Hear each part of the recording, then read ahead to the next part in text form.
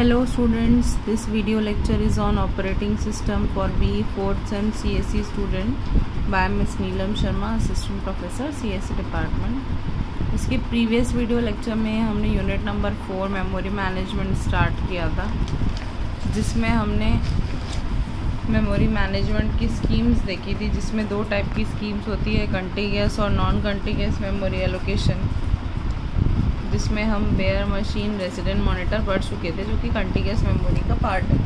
Bear machine और resident monitor दोनों ही single user operating system थे।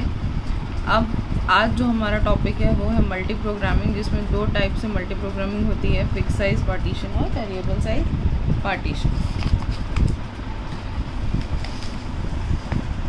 Memory is divided into a number of regions. Each region may have one program to be executed. Thus, the degree of multi-programming is bounded by the number of partitions.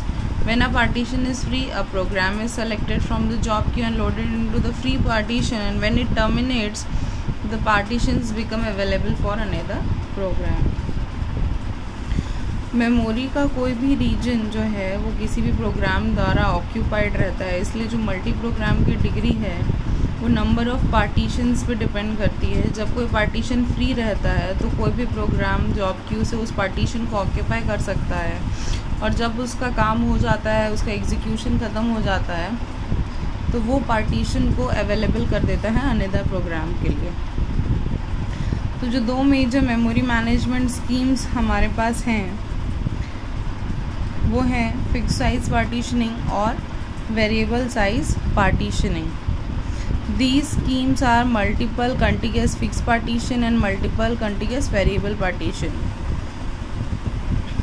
तो सबसे पहले हम लोग fixed size partitioning देखते हैं।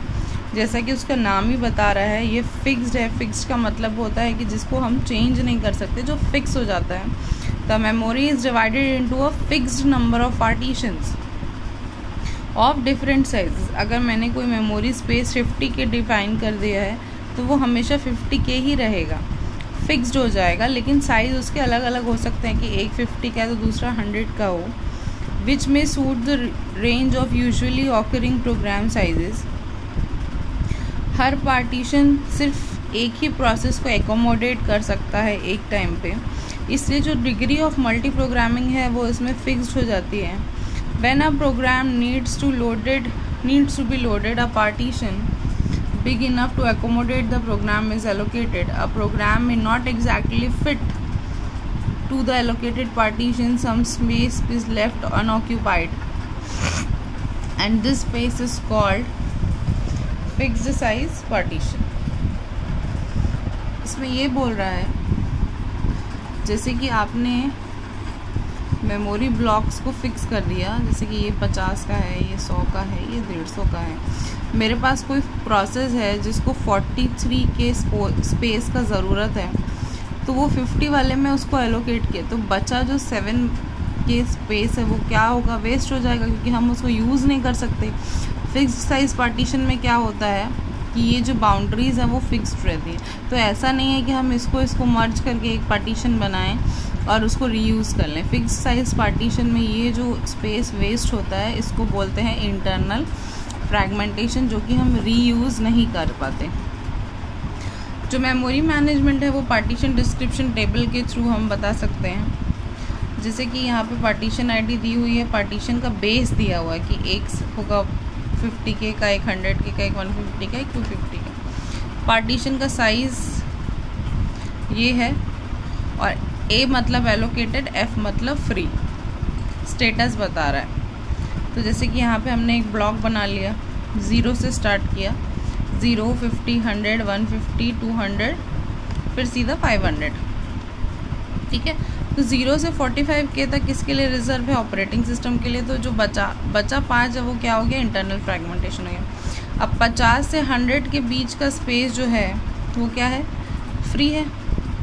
तो हमारे पास दो प्रोसेस है जिसको हम एलोकेट करना चाहते हैं, तो हम 40 के को यहाँ एलोकेट कर सकते हैं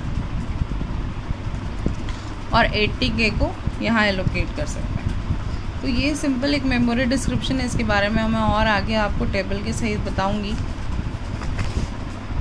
इसके एडवांटेजेस जो हैं इम्प्लीमेंटेशन सिंपल है, प्रोसेसिंग ओवरहेड लो है, लेकिन डिसएडवांटेज ये है कि number of partition is fixed, तो it suffers from internal fragmentation. Internal fragmentation क्या होता है, इसके जस्ट बाद वाले वीडियो में मैं आपको विथ एल्गोरिथम एक्सप्लेन करूँगी।